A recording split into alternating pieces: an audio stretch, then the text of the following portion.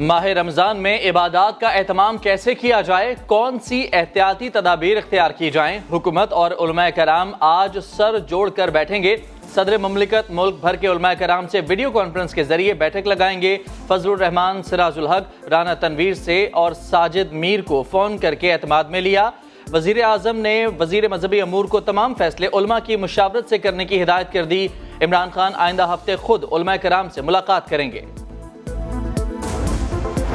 Corona کے سبب مساجد میں تراویح مشکل، وبا جاری رہنے کی صورت میں تراویح اور نماز عید بھی گھروں پر ادا کی جائے گی۔ سعودی عرب کے مفتی اعظم شیخ عبدالعزیز بن عبداللہ کا بیان، کہا عیدگاہ یا مساجد میں نماز عید کی ادائیگی ممکن نہ ہوئی تو لوگ خطبے کے بغیر ہی گھروں میں نماز عید ادا کریں۔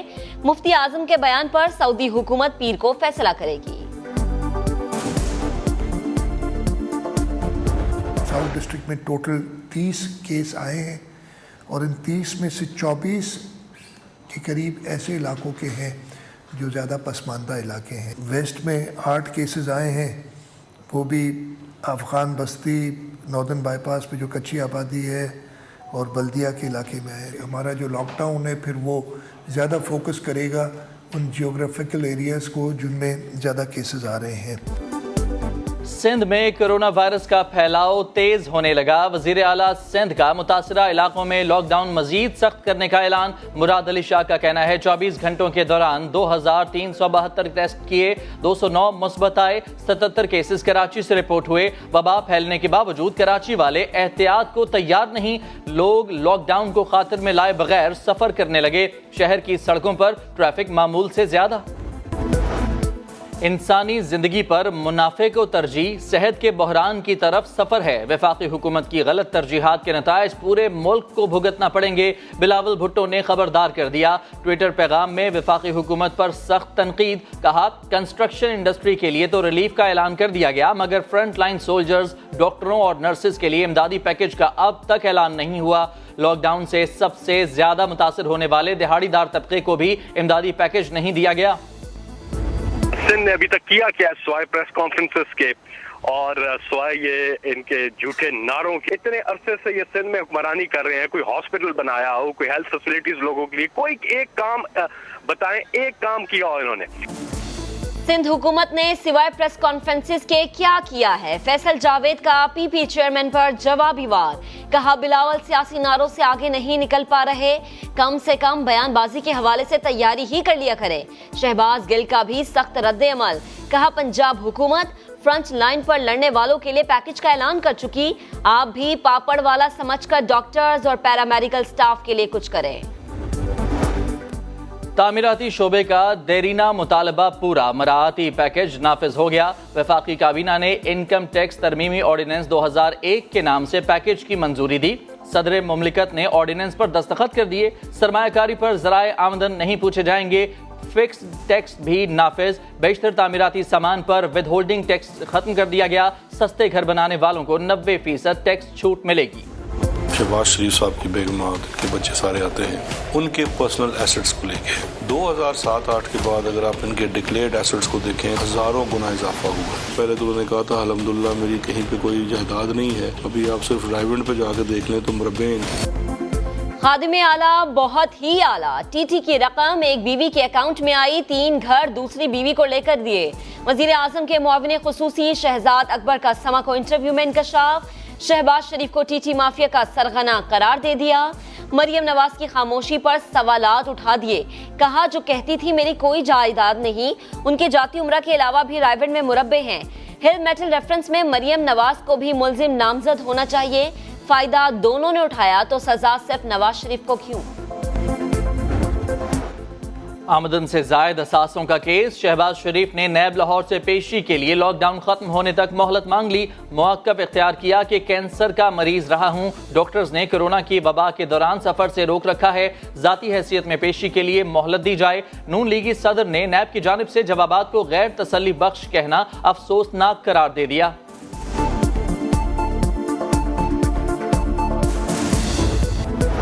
کورونا کی وبا نے پاکستان کا معاشی ڈھانچہ ہلا کر رکھ دیا۔ آئی ایم ایف کی پاکستانی معیشت سے متعلق تہلکہ خیز رپورٹ، 50 کی دہائی کے بعد پہلی بار شرح نمو -1.5% رہے گی۔